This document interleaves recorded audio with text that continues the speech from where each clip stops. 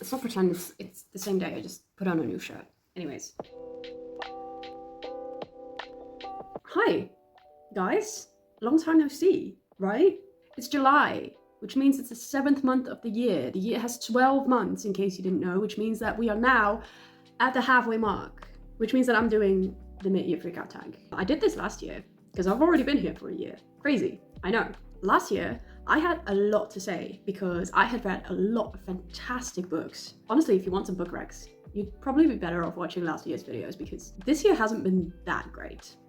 That does mean we can only go up from here, so that's a good thing. In case you didn't know, this is a tag that people do in the middle of the year, obviously, where we go over a couple of prompts, I guess, and tell you about books. That's all we ever talk about in this place, don't we? The first question is, what is the best book you've read this year so far? And for me, I'm gonna show you 3 because first I will tell you I've had a poor reading year and then I will show you 3 books that I loved instead of just one. Anyways, the first one is Julian by Flubberits, which is a Dutch book written by a Belgian author, and it's very, very sad. It's non-fiction. It's about the author and her partner starting a project to get married in every single country where gay marriage is legalized, but then her partner dies after the 3rd country, and it's the saddest thing I've ever read. I don't think I will ever read anything sadder than this. I wasn't sure if I was going to mention it in this video because it's Dutch, but there's some news on this book. I believe it is currently in translation, will be available in English.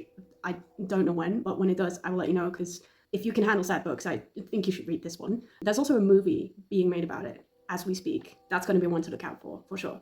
Aside from the saddest book, it's also like one of the most well-written Dutch books I've ever read. It's just beautiful. Like it's written in such a good way where it's not like too sad. Like there's some lighter points in that too, definitely. There's a lot of theory being discussed. There's a lot of talk about grief that's a bit more on the like clinical side, where it's a bit more delved into how it works and not just the grief on its own. Like there's a lot of, this is a very smart woman, okay, and it shows, and she talks about a lot of things that are very interesting. So I definitely recommend this book by the time it comes out in y'all's language. Anyway, I have no space to put these. I'm just gonna put them in the fruit basket where it belongs. Then, because that was a Dutch one, I figured I should also show you an English one. I chose The Friend by Sigrid Nunez. This is one that I really, really loved. I read it quite early on in the year. This one is also very much about grief, and it's also about a dog. So you can see why I love that. But it's also very much about writing, which I didn't see coming, and I love that. I underlined so much in this book.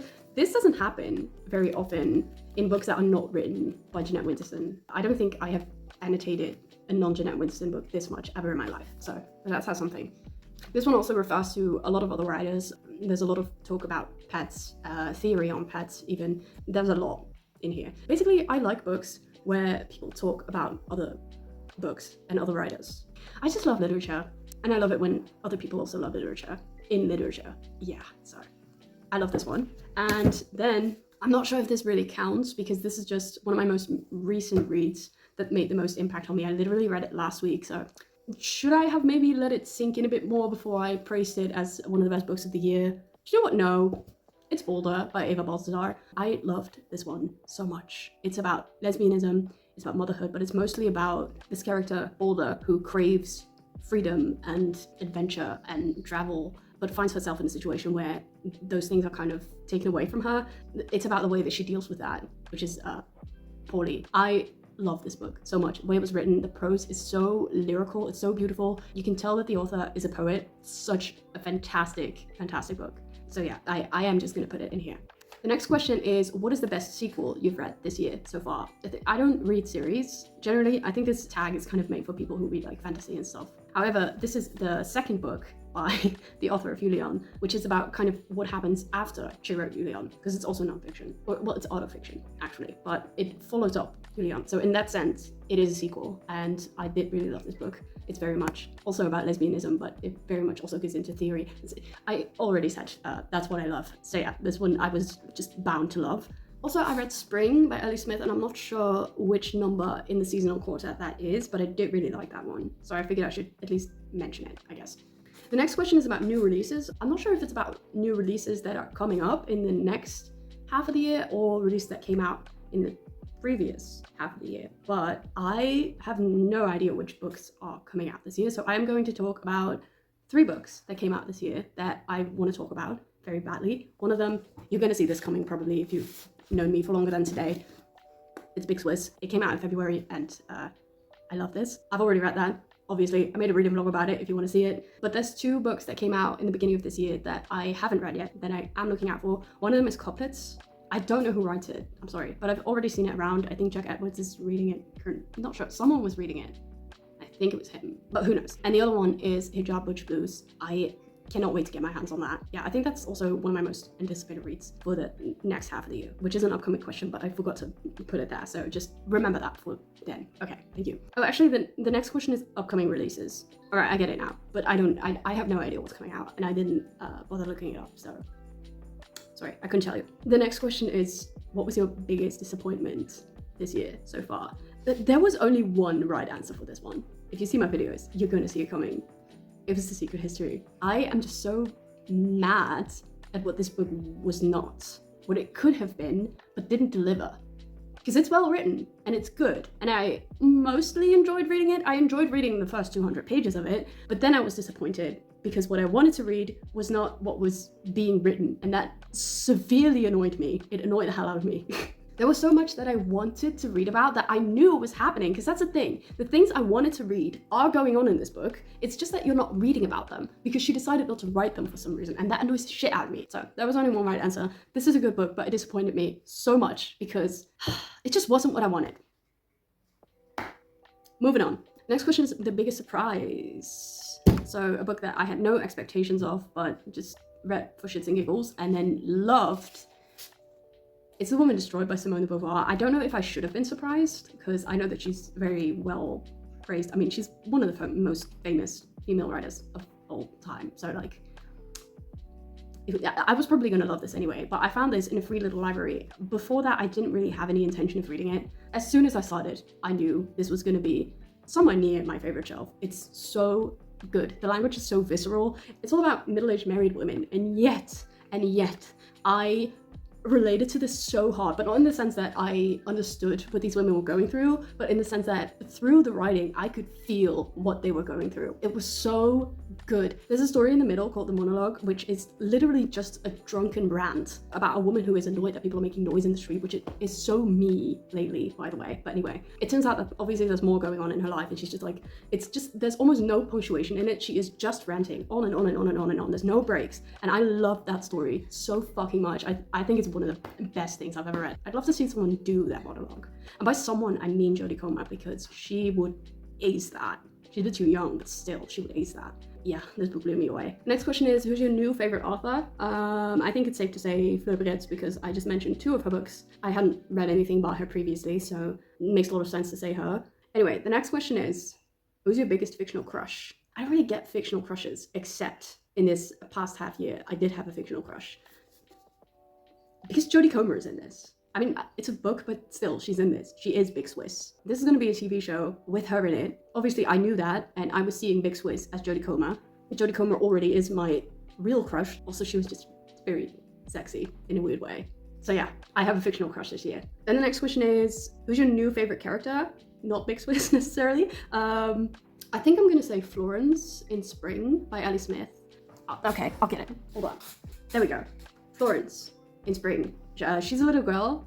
She's kind of whimsical. Like in the beginning of it, you're kind of questioning if she's even real. She seems more like kind of a fairy roaming through the story and fucking everything up by being wonderful and cute and purely good.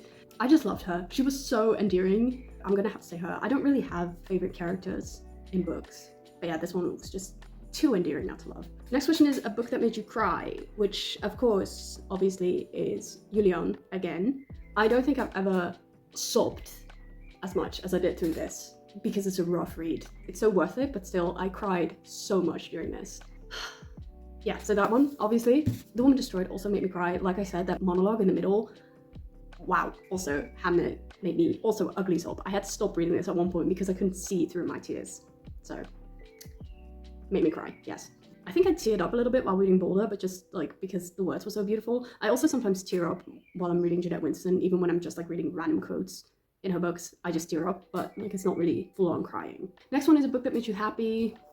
There she is again. The prospect of this becoming a show with Jodie Comer in it makes me very happy. I live to see Jodie Comer act in things. This is going to be wild to see with your eyes on HBO. with Jodie Comer and hopefully Aubrey Plaza, but we don't know yet. I hear Olivia Colman is in the talks for Greta, and I'm not seeing it, but I'm not sure. I don't think I would be mad per se. I'm curious. I'm intrigued. Another book that made me happy was Art Objects, because this book changed my worldview. It changed my view of art and of literature. Like I said, I love reading about literature and great authors writing about other authors and literature. This is that in the most pure sense of that concept. This book just made me happy because it made me see the world in a different light, in a better light, and it's so fucking good. If you want to see me talk about it, I spoke about it while I was reading it in my May wrap-up, and I spoke about it again in my June wrap-up, and I'm going to talk about it again soon in my Jeanette Winston video because I love her and she is my favorite person in the world, not gonna lie. Her mind is just, it's huge. It's so big. Then the most beautiful book cover that I bought, I feel like I didn't buy a lot of beautiful books, so if it comes down to it, it's gonna be this one. I mean, this one is gorgeous. Mrs. Caliban by Rachel Ingalls, and I think I even just bought it for how pretty it is. I mean, this edition, it's gorgeous. I love this paper. Font could have been better, but still, yeah, this is beautiful. So, a winner. The next question is, what is your priority to read before the end of the year?